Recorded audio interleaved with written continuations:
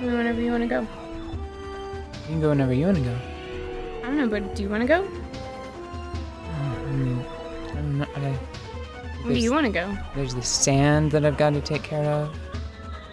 Oh shoot, I think there might actually be snow. Hold on, start everything over. I'm gonna go get a completely different implement for this.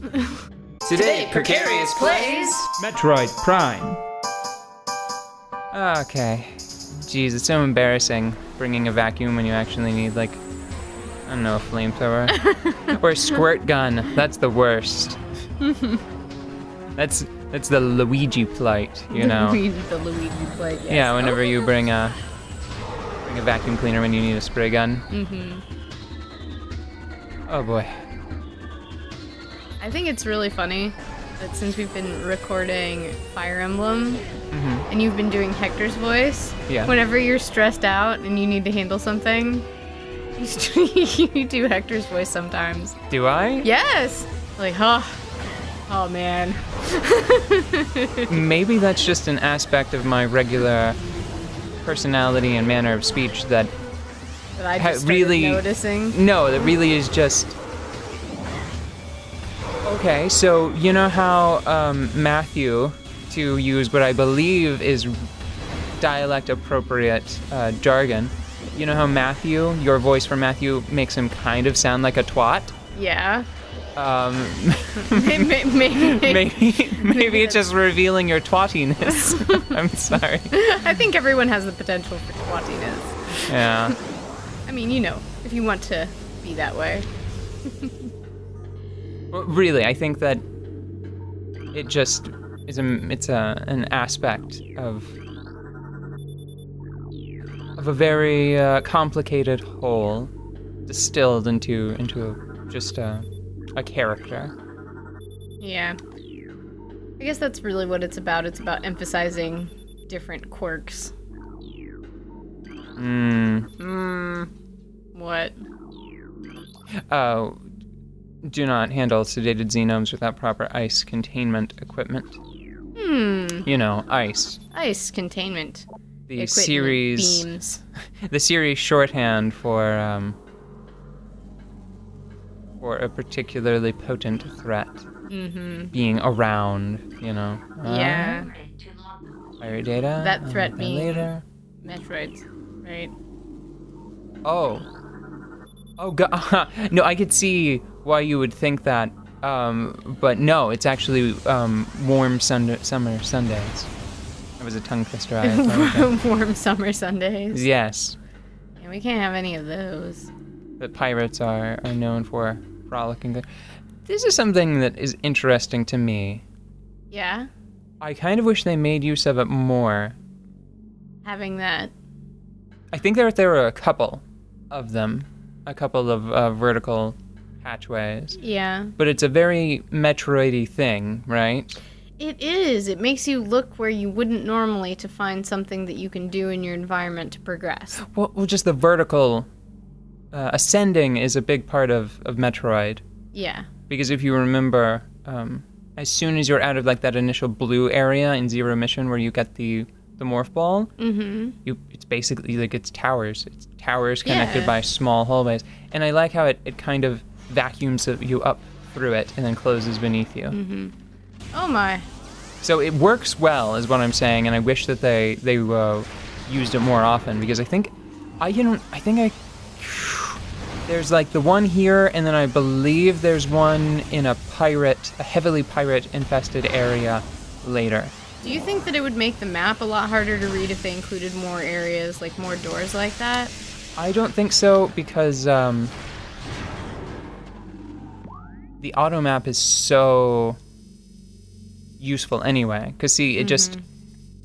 how do I zoom in? See, it just looks like this instead. That is not any harder for me to read than, say, this one. No, it's not.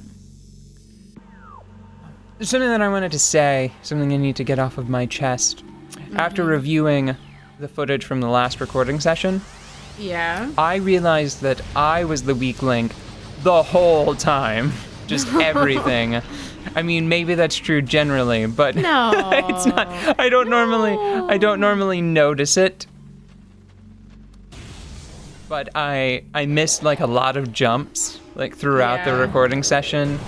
Oh, there was a point where there was a I don't know, like a couple of minutes where we were just debating back and forth about if you said something correctly, right? Like, if yeah. you introduced a topic correctly. And it was a whole lot of confusion from me. Like it was something I was uncertain of, and I was in the wrong. And it all stemmed from me mishearing you saying, I think it was either were or weren't. Like you said weren't, and I heard were. Or I can't remember the specifics. I'm sorry.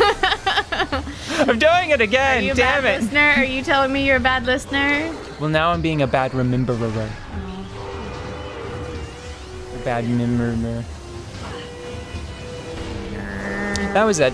I just wanted to own up to that and promise to do better. And I am going to bring my A game, and I am going to enunciate everything very clearly.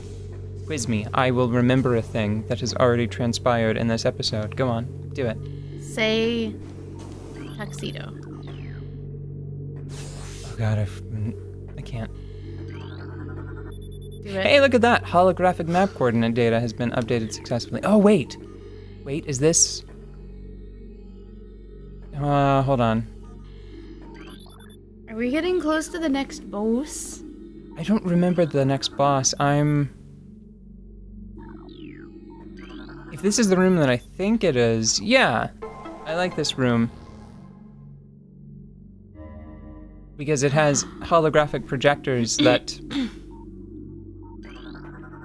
illustrate at least a couple of important planets in the franchise, if I remember correctly. Oh yeah, I remember this room. There is just nothing. Oh, do it. Do it.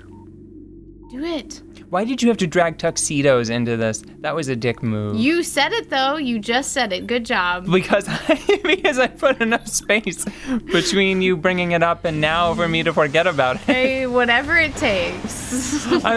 We've talked about that on the show before. Yeah, right? we have. Okay. It's just one of those words. There are certain words that I get mixed up on too. I can't remember any of them because I avoid them like the plague. They frighten me, you know. And since I have much better friend than you do, you don't bring them up. There's one that I've discovered Oh yeah? since doing the show. What, for me? No, for me. Oh. For me. You don't need to torture yourself. I want to see the damn map. Precedent. But you said it correctly though. I believe I just did, but I will occasionally try to make it sound more like the word president. Oh. Like I'll try to put a C in there. I will try to say Precedence. precedents instead of there is a precedent for this. I think that those might be two separate words with slightly different definitions. Well...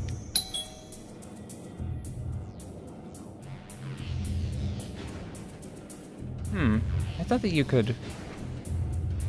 That was another thing that I messed up in the last recording session. Yeah? I thought that you could flick the Wiimote to jump at the end of a boost, but I guess you can't.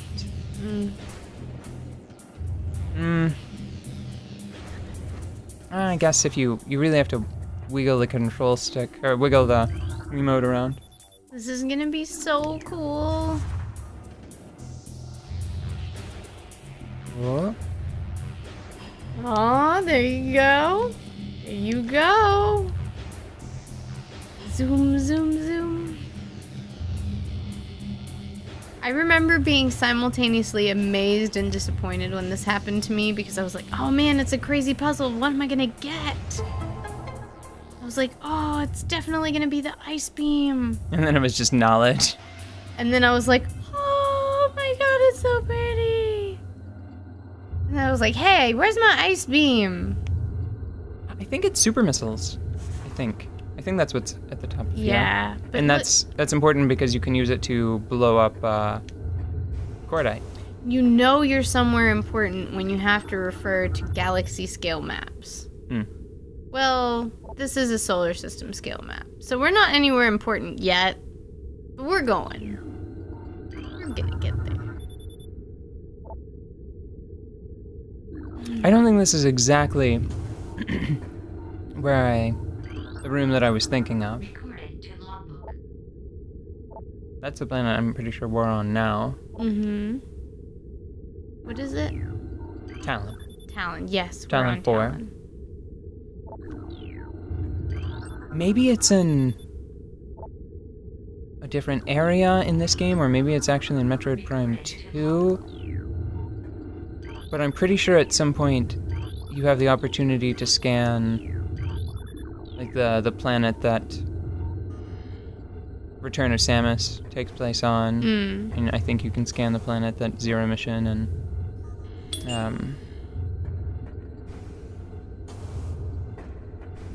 Super Metroid take place on, because they take place on the same planet. That's one thing that I don't know if we've really discussed. It's kind of a bother. I've mentioned sort of in passing, I think, that there aren't like a lot of Metroid games to begin with. Yeah. You know? Yeah. But if you're being... if you decide that you want to be sort of cynical, or if you want to be pretty critical, you can get it down to a really tiny number. I'll talk about it tomorrow in depth.